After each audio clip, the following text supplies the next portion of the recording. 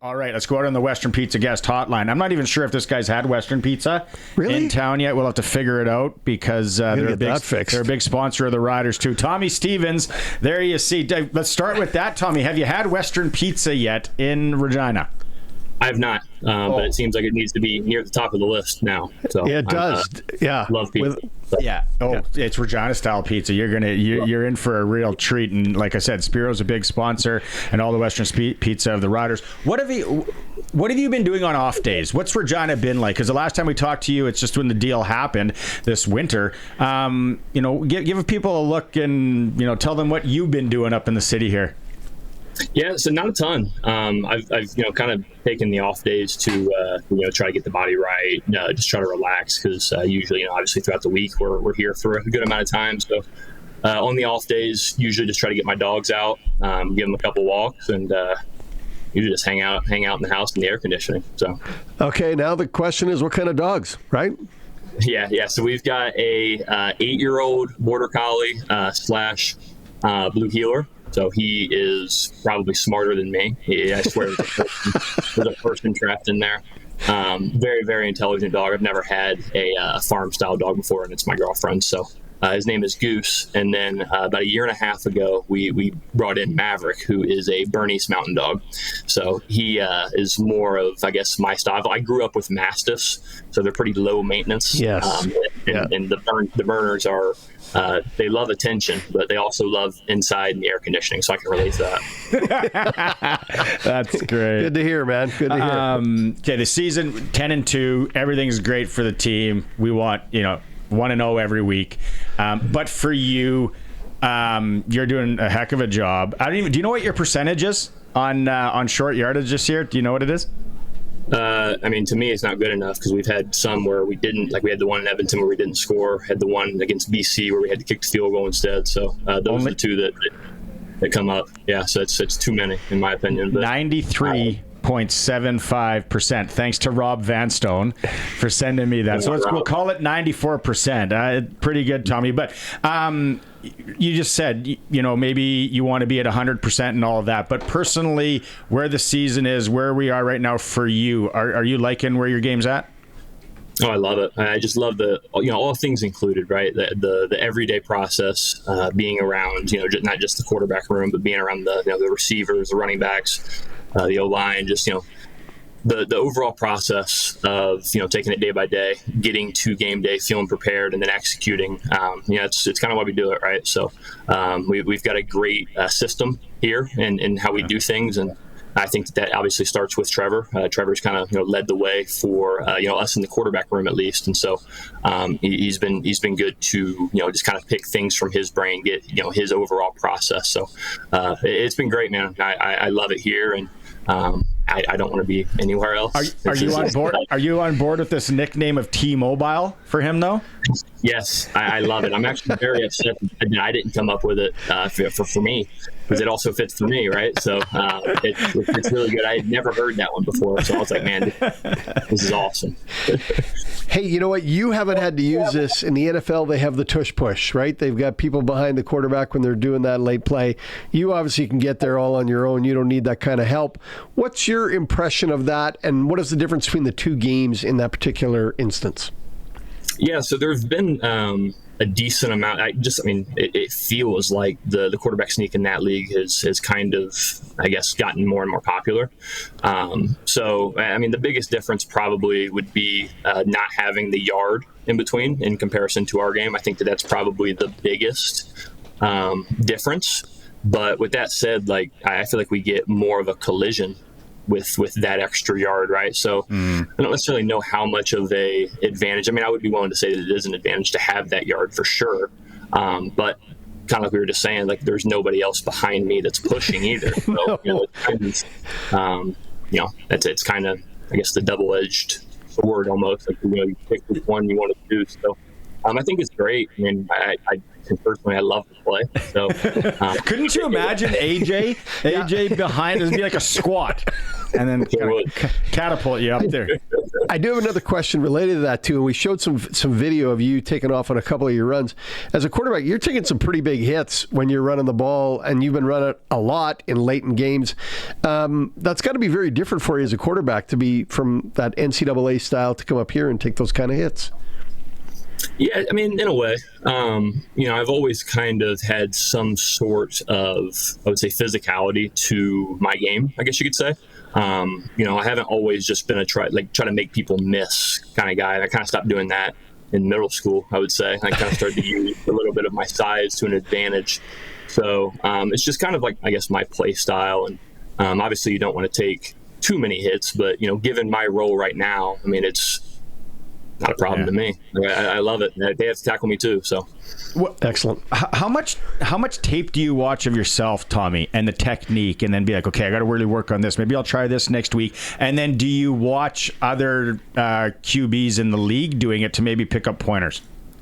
Yeah, I definitely try to. It's more so about scheme, I would say. Like, I try to watch what other teams do. I'm assuming you mean in short yardage. Yeah. And so that's try to figure out like what other teams have done, what they've had success with, or possibly what that coordinator has done in the past to me. So like I've turned on a couple of the Calgary games from last year just to see like maybe what they did differently versus what they were currently doing, just so we kind of had an idea of what they would what they would be going to if it wasn't what they're typically in, if that makes sense. So yeah.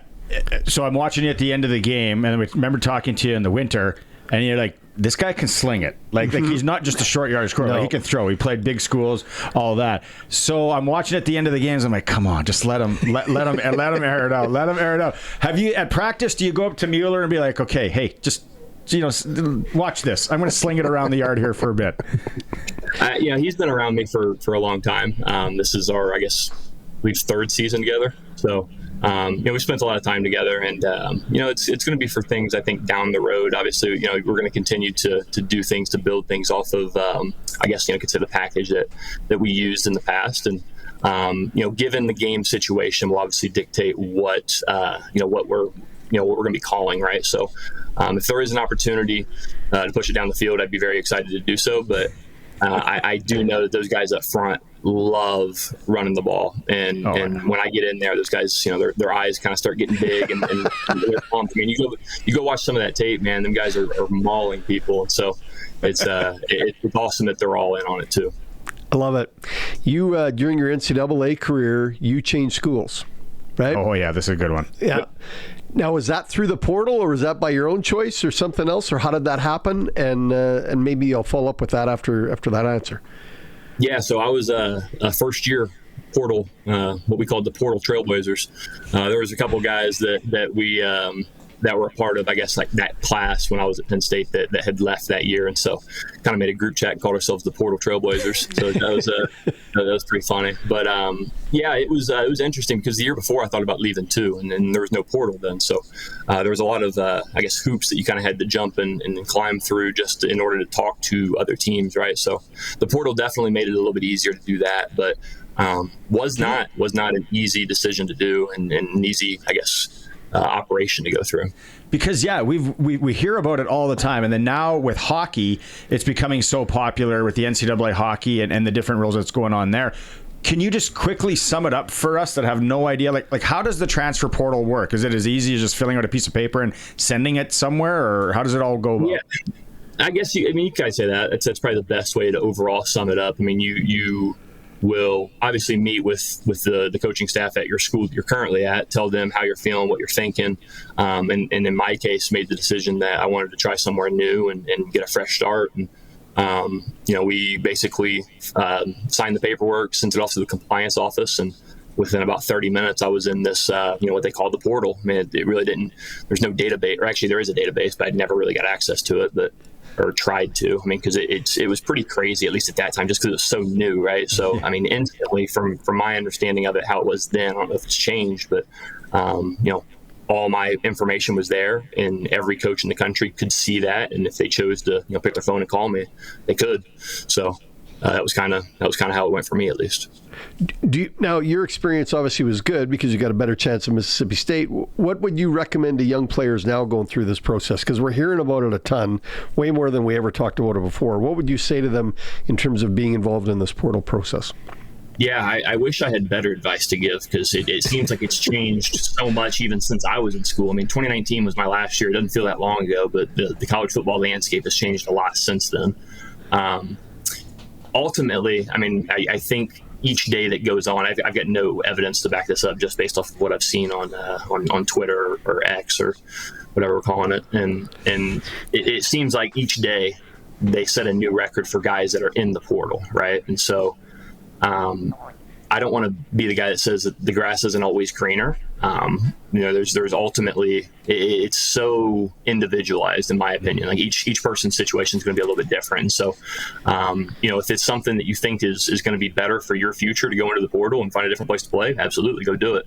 But I do think that there is also, a benefit to staying, competing, which I did for my first, 3 seasons. I mean, I was the backup at Penn State pretty much after the 2016 season. That's when Trace won the job over me and McSorley, that was.